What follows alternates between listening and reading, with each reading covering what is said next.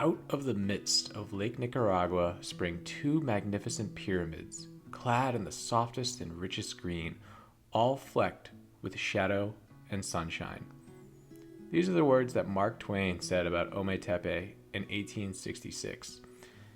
And since then, Ometepe has caught the eye of many generations.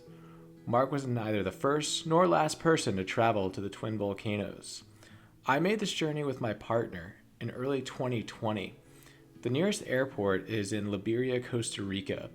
It's a bit of a journey, and there's not really any comprehensive guides out there on how to get there. So I'm creating this video to show you the best way to get to Ometepe from Liberia, Costa Rica. Now, before I recall my journey, there are 3 tips I want to give for any traveler that decides to go to Ometepe.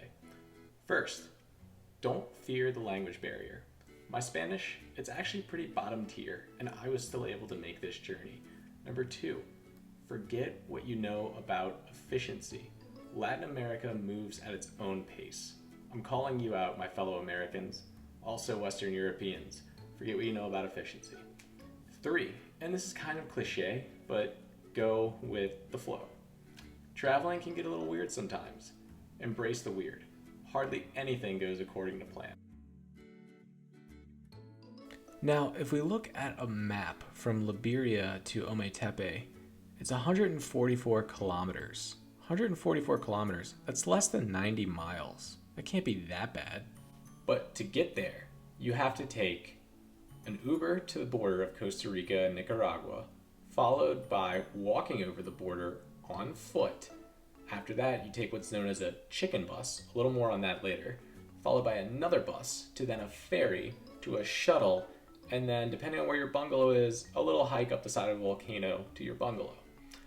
There's currently not many good resources out there on how to do this. I'm going to share one real quick of what I was able to find.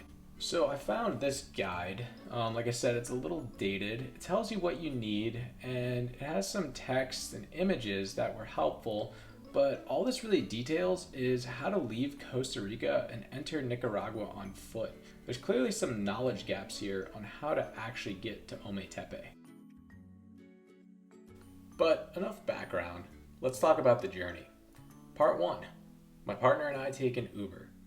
We're in the Uber, things are going well, until we hit a traffic jam that looked a little something like this.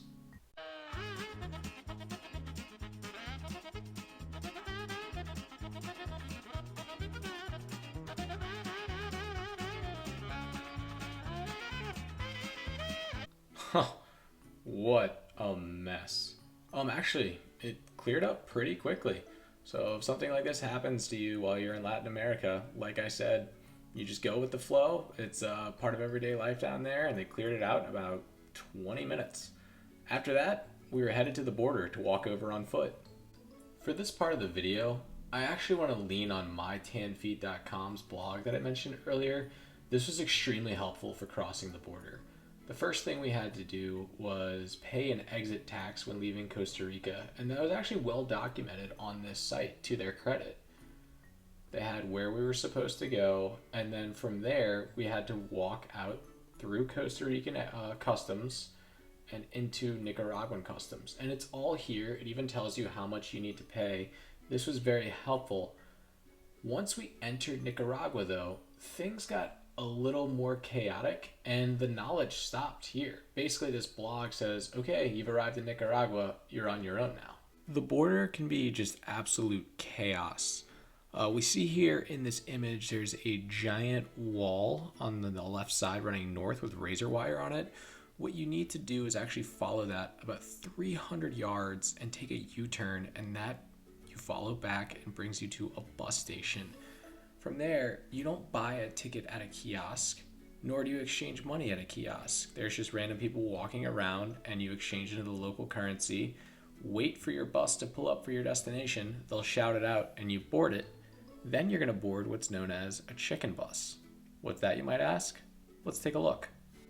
So this is a chicken bus, very common in Latin America. It's basically just a repurposed school bus from the United States. And the reason they call it a chicken bus is, in addition to people, sometimes it moves livestock. So we hopped on a chicken bus and actually bumped into a German couple that were at our hostel in Liberia. And with them, we took the chicken bus north to San Jorge, where we would have to find another bus. The next bus was located in a town called San Jorge. And things were a little chaotic here as well. Us and the German couple were kind of walking around aimlessly, going towards the next bus stop until a random city bus pulled up and the driver yelled Ometepe. Apparently he just saw, four confused backpackers and pulled over and brought us straight to the ferry. From the ferry, things got a little easier. This is a photo of my partner Nicole when we arrived to the ferry station. There's actually a little information desk with people who speak both English and Spanish. In addition to setting us up with tickets, they were able to arrange a ferry when we got to the other side. Now it was just up to us to enjoy the ride ahead. After arriving on the other side, we had to wait about an hour for our shuttle to pick us up. Then he would drive us to where our bungalow was on the island. That's him playing Tupac. I didn't add that in. The shuttle dropped us off at the base of a volcano, and we had to hike about a half mile to our bungalow. After 9 hours, we did it. We finally arrived.